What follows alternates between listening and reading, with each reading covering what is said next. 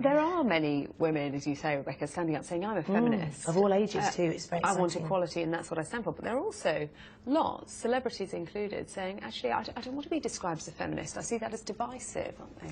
Well, feminism, like any other ism, like Marxism or liberalism, has to be taken as a political movement. So it isn't the case that if you believe in equality between men and women, you're automatically a feminist. You have to look at their policies and who their leaders are. And at the moment, I think it's one of the most divisive and exclusionary groups out there. Just look at feminism in London, a big conference being held in London in a few weeks' time. They have no platform, some very serious feminist thinkers, because they don't fit into a very specific mold of feminism. Perhaps because they distinguish between women and transgender people, or because they are pro-pornography. Lots of different reasons, but they don't actually want to bring these women together to discuss women's issues. They want to exclude them, and they only want to have a very specific platform that the most women, truly most women, just can't fit into. Susan Sarandon, Meryl Streep, Marion Cotillard all talked about themselves as not wanting to describe themselves as feminists. They talked about themselves being humanists, and there was a huge backlash, particularly to Marion Cotillard, wasn't there, by those saying, well, how can you say you're not a feminist? I think it's been very difficult for a long time. There's been a lot of PR against this whole idea that, you know, you won't be considered attractive or you'll be considered too radical to be taken seriously.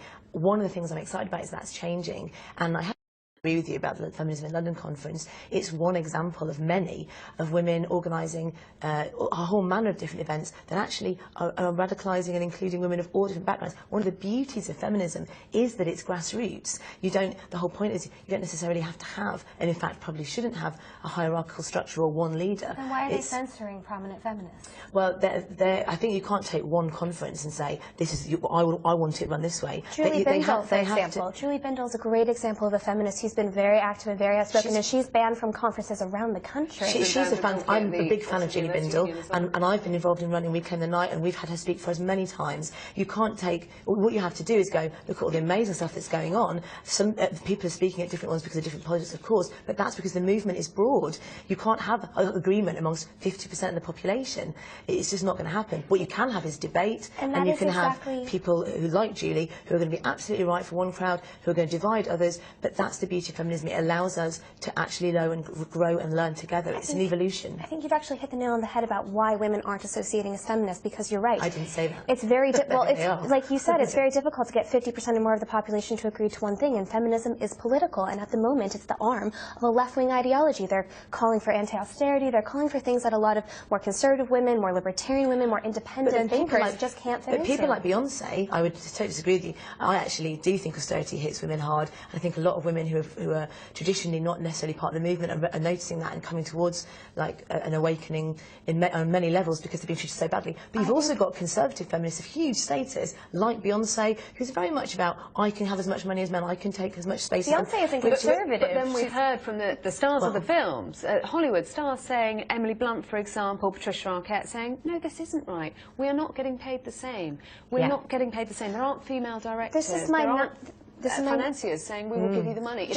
Is just doing a huge thing at the BFI this week about her institute trying to change these things. This is the number one reason that I personally can't associate with feminism, because especially in the West, what feminism is attacking is not violence on women and not violence on women across the globe. It's focusing on things like the gender pay gap, which the Office of National Statistics has proven is not true for women between the ages of 20 and 40. It's focusing the gender on pay gap is just under 10%, isn't it? 9.4%. If you start taking in the reasons why there's a gender pay gap, like women choosing to work less hours and women choosing to take time off, and the pay gap basically disappears. And lots of feminists like to say, well, we need to protect women because women aren't capable of making their own choices. They're not. Yes, they are. They're saying we're not capable of choosing to take the same route that some of our male counterparts are.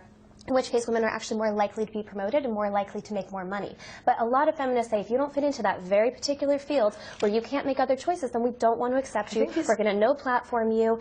And you know, there was a time... It's very strange that you are lumping quite specific things into all feminism. It's like you're doing exactly what you're accusing feminists of doing. You're saying, well, blanketly, all feminists do this. I mean, actually, as I was saying... I never said all feminists do that, but I'm saying that... But you're using it as a blanket word, just feminists. And when you have celebrities who decide to take on feminism and make themselves the voice of feminism, you have to understand that those are your political leaders. In the same way that people won't be conservative because of David Cameron, or they won't be Labour because of Jeremy Corbyn, when Lena Dunham and Emily Blunt come onto the stage and they say, we're feminists and this is what it means, and you have big conferences, no platforming people, it makes it impossible for other ways. But we also have big conferences where we put sexual violence right at the front of the agenda and have done for years.